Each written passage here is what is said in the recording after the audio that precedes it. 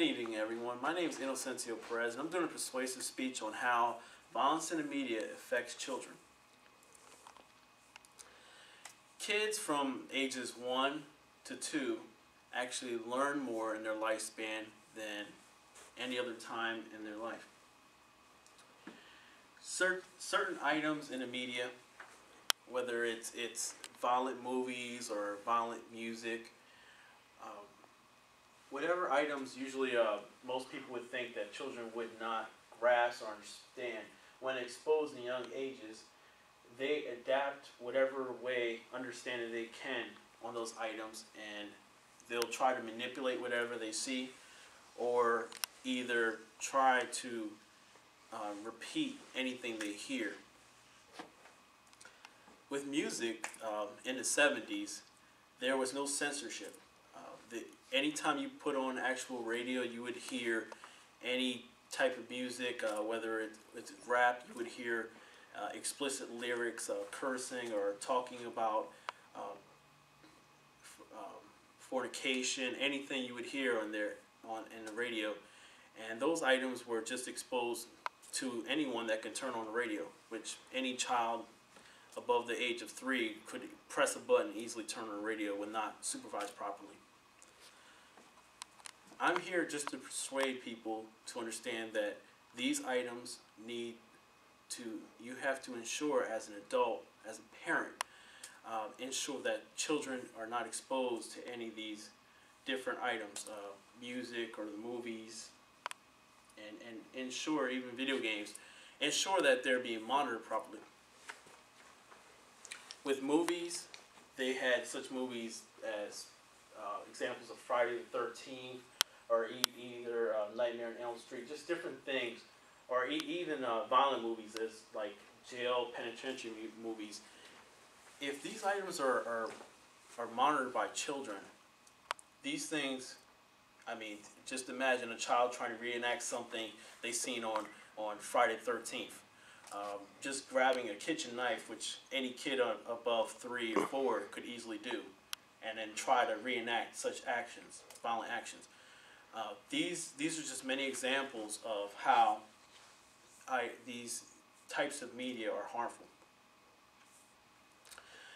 In the late 2000 or early 2000, games such as Grand Theft Auto 3 actually had incidents where children reenact such things, as far as stealing cars, or beating someone over the head randomly, or either using some type of weapon, whether it's a pistol or bats or anything, just to beat other children or other people because they thought it was cool. They reenact things that were in that game, and there were just many. This is just an example of exactly how dangerous this violence in media can be to children. And also, there was an event which happened last year where, just an example of how how a parent can neglect a child or a teenager.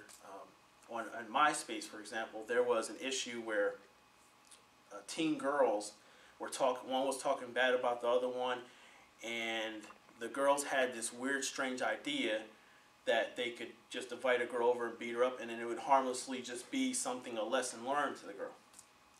Now, how the example of how the parent neglected the child was, after that victim was beat up with several girls, her mother actually on the news, even in court, stated that, oh, well, this is normal things. This happens as teenagers. The actual victim now lost sight, most of her sight in one eye, and with a broken jaw, and many other injuries of broken ribs just due to that incident. These are just real-life incidents that actually happen due to bad parenting. Things that the government has put in place with censorship, as far as the radio. Now, most songs most albums you can buy with radio edit version. Censorship on the radio. You can't even put the radio on and actually hear any type of curse words or any type of explicit lyrics that are just items that children shouldn't hear. Or either in new TVs or technology today, the televisions the DVD players, either the cable or the dish receivers. Those items actually now have parental control where you can, as an adult, a responsible adult, you can put those items on with access, and the children won't be able to see anything R-rated or anything without the code, which the adult should maintain away from the children's actually reach of use.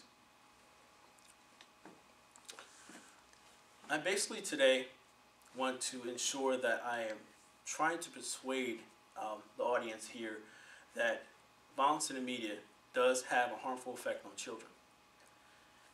Many things, like I said earlier, examples of music, the video games out there, the movies, these are just items in the media where children could, if obtained at a young age, will try to reenact or try to understand without really understanding what's going on, that it's entertainment, and will actually try to just redo or manipulate whatever they were seeing.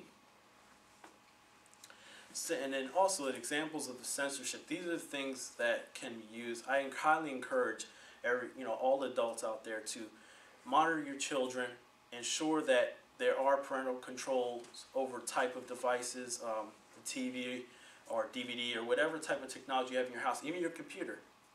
Ensure these things are in place, so if you cannot fully watch your teenager or whatever age your child is that has the physical ability to turn these items on, that these things will be blocked from their view. And these items actually assist the parents. And I hope that everyone actually utilizes this advice that I've actually placed here today on the video. And I hope everyone has a good evening.